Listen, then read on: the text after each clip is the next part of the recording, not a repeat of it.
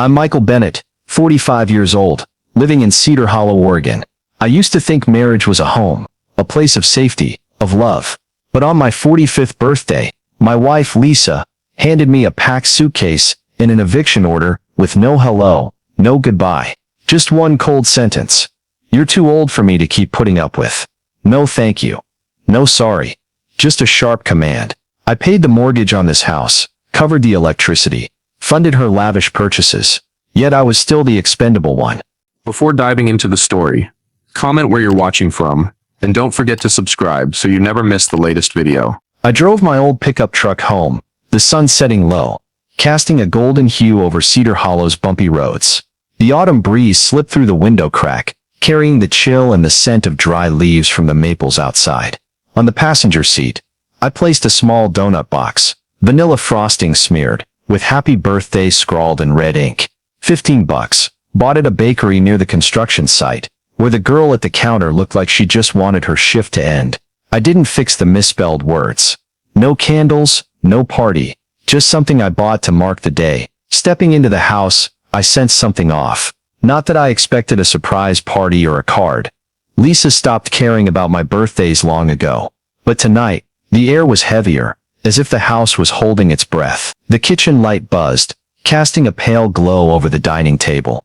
Dinner was ready. Beef stew, canned beans, instant mashed potatoes, what Lisa called family dinner. Sophie and Liam, our two kids, weren't there, probably in their rooms or out with friends. I set the donut box on the counter, the plastic bag rustling louder than I intended. You're late, Lisa said from the head of the table, her voice icy, not looking up. Work was busy. Had to check some wiring. I replied, my tone even, no apology. She said nothing, just fiddled with her fork, eyes glued to her plate. I hung my jacket on the hook, sat down, feeling tension spread like a spider web across the room. Dinner began. The clink of silverware on plates, the dry sound of chewing, a forced cough. No birthday wishes, not a single glance. I lifted my fork, pushing mashed potatoes around, trying to suppress the growing unease. I should have known something was coming. Lisa isn't one to stay silent long. Halfway through dinner, she slammed her fork down, hard enough to make me flinch.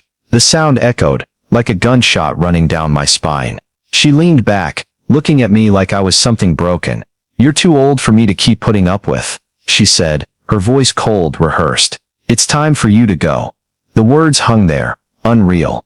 I blinked, looked at her, then glanced at the suitcase in the corner. What? I asked, my voice hoarse, waiting for a rebuttal, a sign this was just an outburst. But Lisa kept her eyes down, lips pressed tight until they paled. I paid the mortgage on this house, I said slowly, my voice neither loud nor broken, just the raw truth. Electricity, water, internet, Sophie and Liam's tuition. I paid it all. Lisa laughed, a short, sharp sound like a blade. Paying a few bills doesn't buy you a forever stay. Michael, she said, her tone mocking. Michael, a name once spoken with love, now weaponized. I swallowed something shattering in my chest. This wasn't a random outburst. It was planned, timed for my birthday to strike hardest. My birthday wasn't a celebration. It was a deadline. I pushed my plate away, the beef stew and donut box on the counter now looking like a bitter joke. I stood, slowly, feeling Lisa's eyes follow, waiting for a scene, begging, or an argument. But I just nodded, once firmly. Fine, I said, my voice low, like driving a nail into the air. I walked to the counter, paused by the donut box. The vanilla frosting had melted, the happy birthday smudged, as if it too wanted to escape. I picked up the suitcase, its handle ice cold, and climbed the stairs. Each step creaked, loud, accusing, final. I closed the bedroom door, leaned against it, letting the hollow echo fill my chest. This house was never truly mine. Maybe it never was. I sat on the edge of the bed in a bedroom that no longer felt like mine. The open suitcase beside me, silent like an accusation. The Cedar Hollow house still creaked under its own weight, as if it too was tired of years of neglect. Light from the hallway slipped through the door crack, illuminating the donut box on the nightstand, its melted vanilla frosting looking like an open wound. I stared at it, and memories flooded back like a bitter tide. pulling me into the years I spent my life keeping this home standing, only to realize it was never truly home. 20 years ago, I met Lisa in a technical class at the University of Oregon. She had a radiant smile, eyes sparkling like autumn festival lights, and I thought I was lucky to be chosen by her. We married young, full of dreams about a perfect family. A suburban house, 2 kids, weekend barbecues. I worked tirelessly, taking night shifts at construction sites, to pay the mortgage on this 3-bedroom house with a lush green lawn that Lisa called perfect for our future. But that future, it turned out, was a dream I wove alone. Lisa changed. Or maybe she was always like that, and I was too blind to see. She started spending recklessly, things I'd never dare dream of. Designer handbags, trips to Hawaii, spa days she called self-care. I didn't complain. I thought it was how to keep her happy, to keep this family intact. When her credit cards maxed out, I dipped into my savings, the fund I'd hoped to use for a small tech startup, to pay her debts. No thank you, just a nod and a "you're really good," before she handed me another bill. I remember when Lisa wrecked her Camry in a careless winter drive. She called me in a panic, stranded on Cedar Hollow's outskirts, snow blanketing the road. I left work mid-shift, rushed to her, paid for the tow truck and new tires, even though it meant canceling plans for a new work computer. Lisa patted my hand, said, "You're really dependable," then gave me the repair bill to settle. I swallowed the bitterness, thinking it was a husband's duty. Last spring, the roof leaked, water seeping through the living room ceiling, staining the walls I'd painted myself. Lisa complained endlessly, but never lifted a finger. I climbed onto the roof in pouring rain, nailing shingles, while Lisa sat inside, scrolling her phone, griping about unreliable contractors nowadays. Soaked and exhausted, I kept going, thinking it was how to hold this family together. But now, sitting here, I realized not once were those sacrifices acknowledged. Not once were they enough to make me part of this home. Lisa had a way of making me small in front of others. At backyard barbecues, she'd laugh loudly with friends, calling me the boring engineer, or the guy who only works. They'd laugh along, and I'd smile, pretending it didn't hurt, but each word was a tiny cut. Sophie and Liam, the kids I love, grew up in this house, but they drifted from me, pulled into Lisa's world of expensive gifts and trips I paid for. I thought I was doing right, but I was just patching a thing that was never mine. I pressed my hands to my eyes, trying to chase away the flashing spots behind my lids. The sadness was still there, but it was cooling, hardening into something else. I stood, my feet light on the floor, the habit of staying quiet, ingrained even as I prepared to leave. I passed the living room, where TV light flickered on the walls, painting the room in pale blue. Lisa sat there, on the sofa, eyes glued to the screen, as if kicking me out was just a Wednesday chore. I stood there a moment, waiting. A foolish part of me still hoped she'd look up, realize she'd erased the man who kept this light on, this house warm. But hope is a dangerous thing.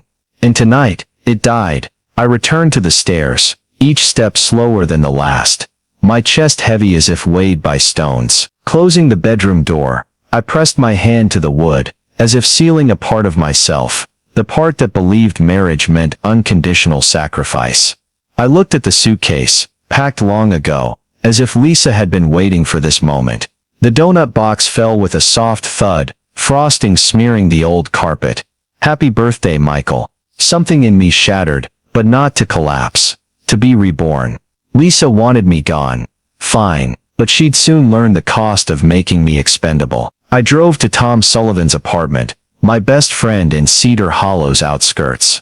Tom, a mechanic, lived in a cluttered place smelling of motor oil and stale coffee.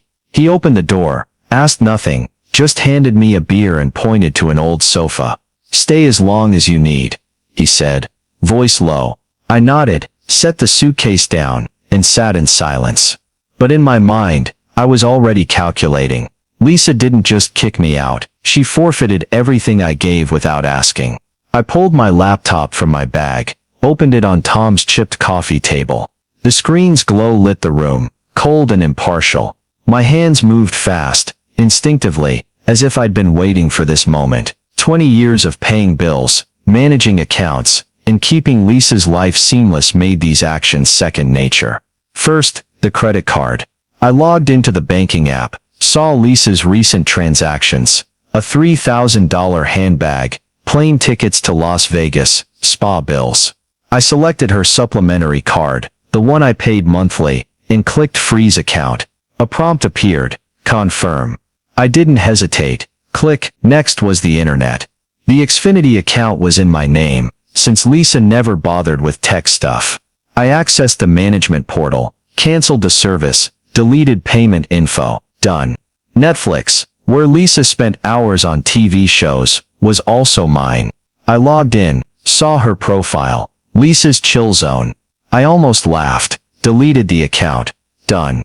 The car insurance, for the SUV Lisa drove to keep up appearances with neighbors, was next. I went to Geico's site, removed her car from the policy. Confirm action, the screen asked. I clicked hard, heart steady, no tremble. The joint bank account, Lisa's so-called emergency fund, that only she used, was the final step.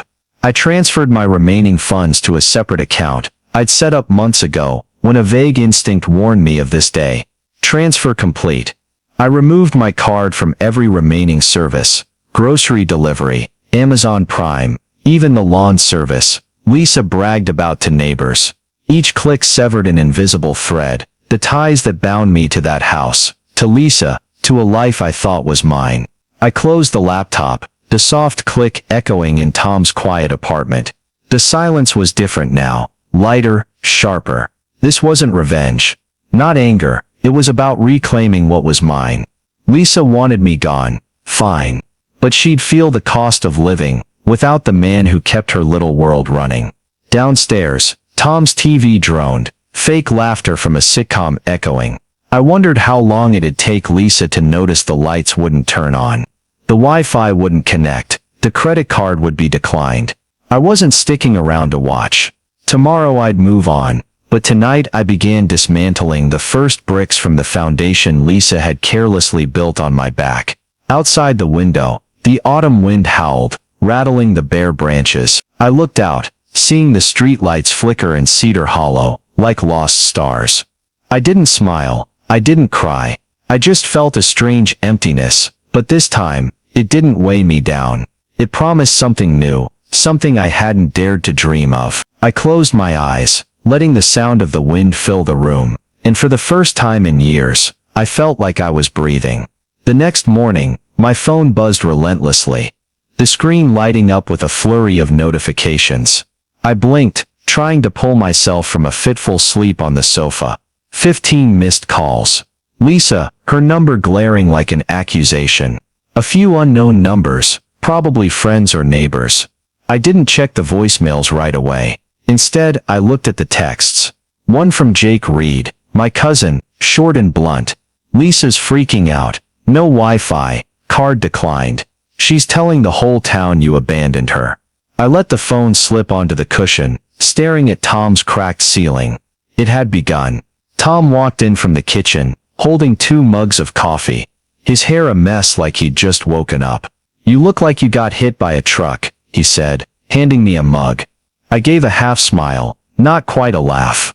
"Lisa's telling everyone I abandoned her," I said, my voice calm but heavy. Tom raised an eyebrow, sitting across from me. "She's good at playing the victim. But you can't let her write your story, Mike." I nodded, but inside, a spark of guilt flickered. I was right to cut everything off, but had I gone too far? Was I destroying my family? I opened my laptop, logged into the Cedar Hollow Facebook group, where the whole town gathered to share news. From Halloween festival schedules, to complaints about neighbors. Lisa's post was pinned at the top, a declaration of war. Some husbands are raised to be grateful. Some turn their backs and abandon their wife and kids. After all I've sacrificed, Michael left us homeless, penniless, with nothing. Please pray for me and my children. The post had over 100 likes, dozens of comments. Shameful, one person wrote. Men like that don't deserve to be husbands. Another added. I felt blood rush to my face, my hands trembling until I nearly spilled my coffee. Sophie, my eldest daughter, even commented, Dad really doesn't care about our family. Her words cut like a knife. Liam, my youngest son, said nothing, but his silence didn't ease the sting. I stared at the screen, feeling like all of Cedar Hollow was outside my door, throwing stones. But then, another comment popped up. From an old neighbor. Wait, didn't Michael pay the mortgage on that house? I remember Lisa bragging she never worried about bills. It was a small spark of light, but it was quickly drowned out by more accusations. Tom peered over my shoulder, shaking his head. She's writing your story, Mike. You gonna let her win? His words hit hard. No, I couldn't let Lisa turn me into the villain. I opened a document on my laptop, started gathering evidence. Bank statements, credit card bills, emails with the car insurance company, all in my name. Each file was a memory. Late shifts to pay Lisa's debts, canceled personal plans to buy her things. Bills I quietly settled to keep the peace. I didn't rush, each file was saved carefully, like building a fortress of truth. I drafted a post, not angry, not emotional, just the truth.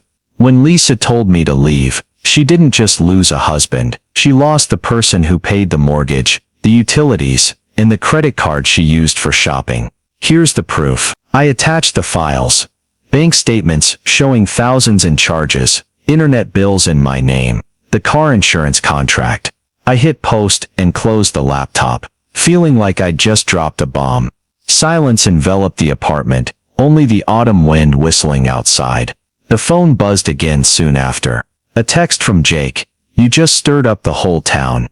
I opened Facebook, saw my post already had dozens of shares. A neighbor wrote, I saw Michael working overtime to pay for that house. Lisa was always showing off new stuff. Another added, I remember Lisa saying she never worried about money, because Michael handled it all. But there were other comments, from Lisa's friends. You're trying to smear her. That's low. I read them, feeling both relieved and burdened. The truth was spreading, but it was sparking a fight I wasn't fully ready for. Tom clapped my shoulder. You did the right thing, he said. Sometimes, to save yourself, you gotta let others face the consequences. I nodded, but a small part of me still wondered if I was too harsh. Lisa was Sophie and Liam's mother, the woman I once loved. But then I remembered her cold stare last night, her words sharp as a blade. You're too old for me to keep putting up with. No, I wasn't the betrayer. I was just done being the one who took it. I stood, stepped onto Tom's small balcony, and looked at Cedar Hollow's lights twinkling in the dark. The Halloween festival was coming, with carved pumpkins and glowing lights. But I didn't feel joy. I only felt a cold clarity. I'd planted the seeds of truth, and now it was time to see what they'd grow into. A few days later, a police officer knocked on the apartment door, handing me a beige envelope. Mr. Michael Bennett, he asked. Voice neutral. I nodded, took the envelope, feeling it heavier than it should be. You've been served civil lawsuit. All contact info's inside. I closed the door, sat at the coffee table, and opened it. Lisa's lawsuit listed accusations that sounded like fiction: financial abandonment, emotional abuse, intentional sabotage of her life. I almost laughed, but bitterness held me back. This wasn't a random tantrum. It was a calculated strike to ruin me. Tom looked at me from across the room, beer in hand. She's trying to crush you, he said, voice low. But you've got the evidence, Mike. Don't let her win. I contacted Karen Walsh, a lawyer in Cedar Hollow Tom recommended. Karen, a middle-aged woman with sharp eyes and a calm voice, seemed used to messy family lawsuits. I met her at her small office, where the smell of coffee mixed with paperwork. I handed her the stack of documents I'd prepared. Bank statements, credit card bills, emails with the insurance company, the mortgage contract. Karen flipped through each page, nodding. You've got a strong case, Michael, she said. In fact, with all you've done for Lisa, you could countersue for financial manipulation. I shook my head. I don't want revenge. I just want this over. On court day, I stood outside Cedar Hollow's local courthouse, a gray brick building with tall windows. Inside, the courtroom was stifling, smelling of old wood and paper. Lisa sat across the room, wearing a pale blue dress, hair neatly pinned, looking like the perfect victim. Sophie sat beside her, her eyes avoiding mine. twisting my heart. Liam wasn't there, and his absence was another void. Karen stood by me, documents in hand, her voice steady as she whispered, "Stay calm. The truth is on your side." Lisa stood, her voice trembling but clear, performing for the judge like a seasoned actor. "Michael abandoned me and our kids, left us with no money, no home, nothing," she said, eyes brimming with tears. "He froze the credit cards, cut the internet, even canceled my car insurance. He meant to hurt us." A few people in the room nodded, their eyes sympathetic toward her. I felt blood rush to my face, but Karen's hand on my shoulder kept me still. Our turn came. Karen presented the evidence, her voice calm but sharp. She showed bank statements, pointing out every charge I'd paid for Lisa. Thousands for handbags, plane tickets, spa visits. She presented the mortgage contract, utility bills, car insurance, all in my name. Mr. Bennett didn't abandon Miss Bennett. Karen said, he was the only one keeping this family afloat, until he was told to leave. Lisa bowed her head, lips tight, but didn't respond. Sophie looked at her mom, her eyes wavering, as if questioning her story for the first time. The judge nodded, flipping through the documents, saying nothing. Karen whispered to me, "She's got no chance." I didn't feel victorious. Just empty. When the hearing ended, Lisa stood, walked out with Sophie, not looking at me. Karen patted my shoulder. "You did the right thing, Michael. Don't let anyone tell you otherwise."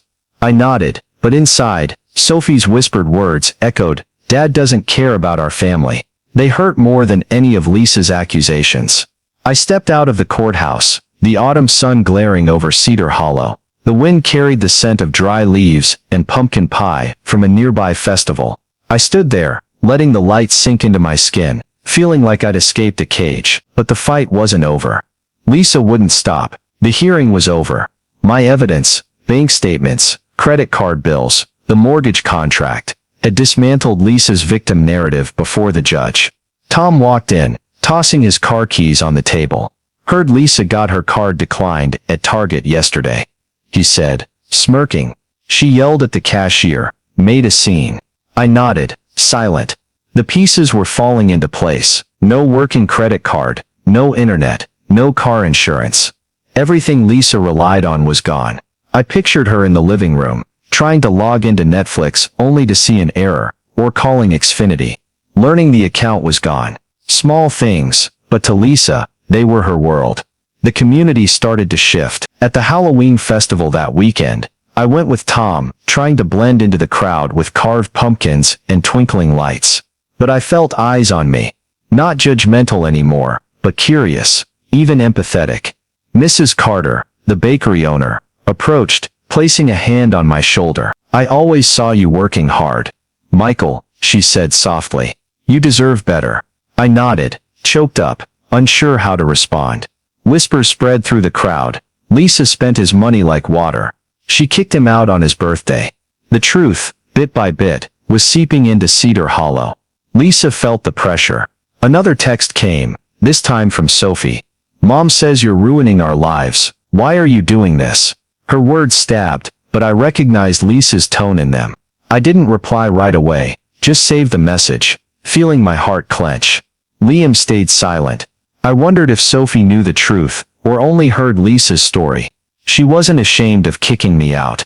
She was just ashamed she couldn't hide it anymore. I went back inside, closed the window, and told myself, I don't need their forgiveness. I just need myself. I couldn't stay at Tom's forever, sleeping on his sofa, and living off his beers. One morning, I found an online ad for a rental in downtown Cedar Hollow. Not fancy, just a one-bedroom with old wood floors and a slightly crooked window.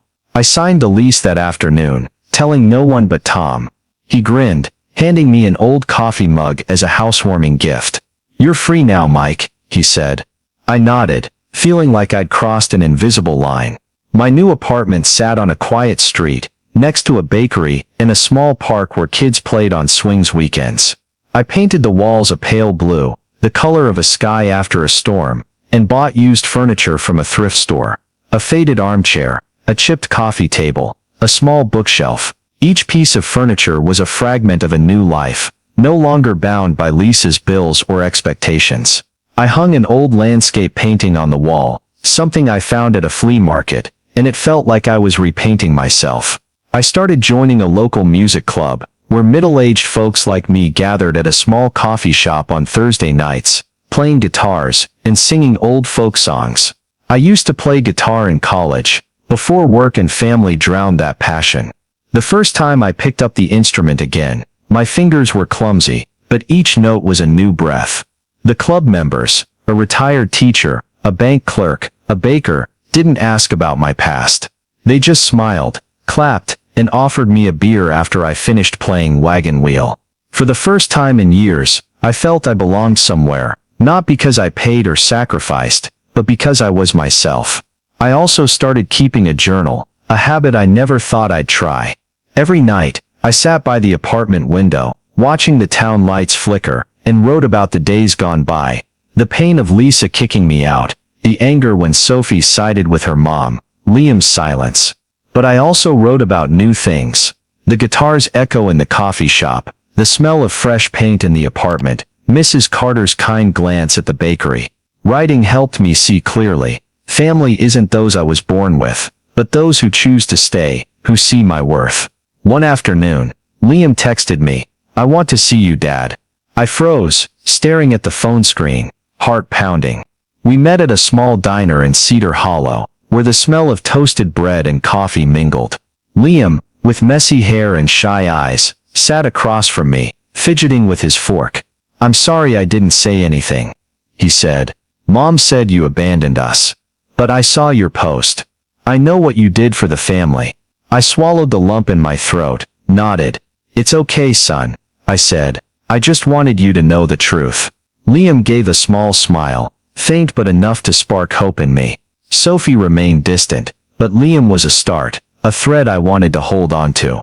One night, I sat by the window, watching the festival lights twinkle in the distance. The autumn wind carried the scent of wood smoke and dry leaves, a reminder that winter was coming, but I wasn't afraid.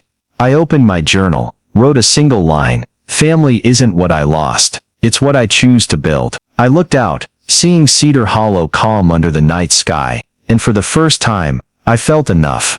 Not the husband, the father or the bill payer, just Michael, a man learning to live for himself.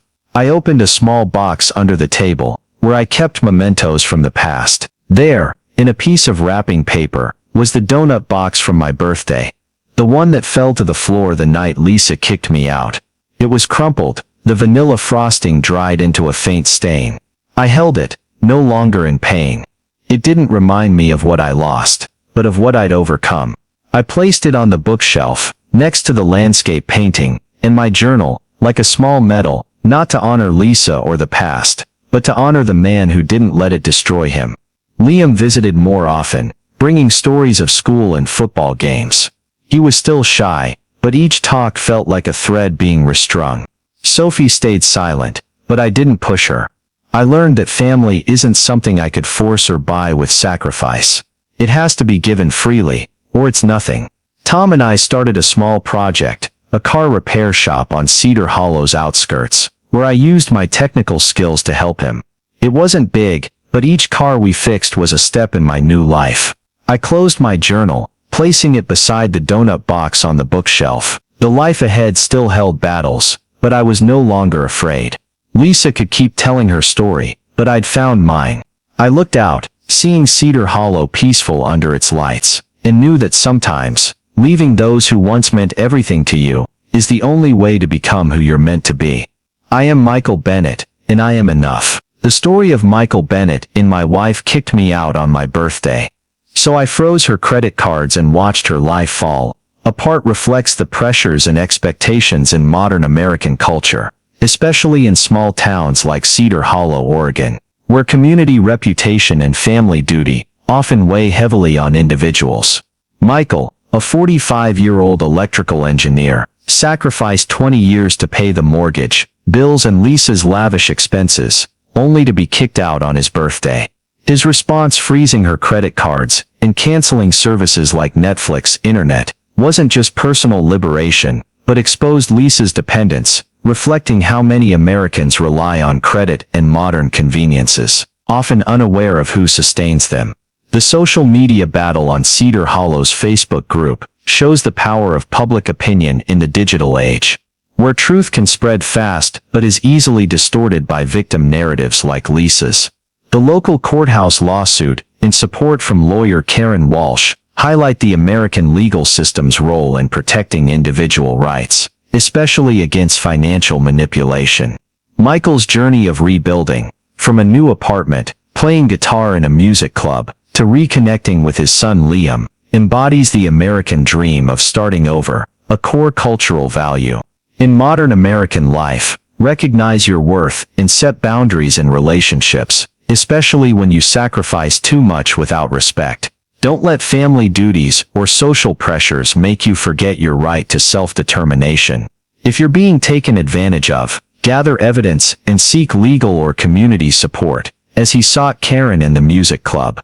Finally, believe that rebuilding your life, whether through a small apartment or an old passion like guitar, is how you rediscover yourself. As Michael affirmed, "I am enough." This isn't selfish. It's how to live true to your values in today's high-pressure American society.